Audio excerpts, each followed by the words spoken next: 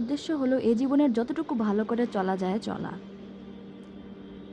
এবং সেই সাথে আমাদের সৃষ্টির উদ্দেশ্য পরিপূর্ণ করা। কারণ বিশ্বাস হিসেবে আমরা জানি আল্লাহ আমাদের একটি নির্দিষ্ট উদ্দেশ্য নিয়ে এই পৃথিবীতে পাঠিয়েছেন, যা হলো আল্লাহকে জানা, ভালোবাসা এবং তার ইবাদত করা। সুতরাং আমার উদ্দেশ্য হলো আমি যথেষ্ট চেষ্টা করব সফল হওয়ার জন্য। আমরা আমাদের কোরআনে এই সফলতার সংজ্ঞা জানতে পারি, তা হলো আল্লাহকে সন্তুষ্ট করা এবং আল্লাহ যেন আমার উপর সন্তুষ্ট থাকেন। আমার সবচেয়ে বড় লক্ষ্য হলো এই পৃথিবী থেকে এমন অবস্থায় বিদায় নেওয়া যেন আল্লাহ আমার উপর সন্তুষ্ট থাকবেন। আমি প্রতিদিন প্রার্থনা করি যেন আমার ভালো মৃত্যু হয়।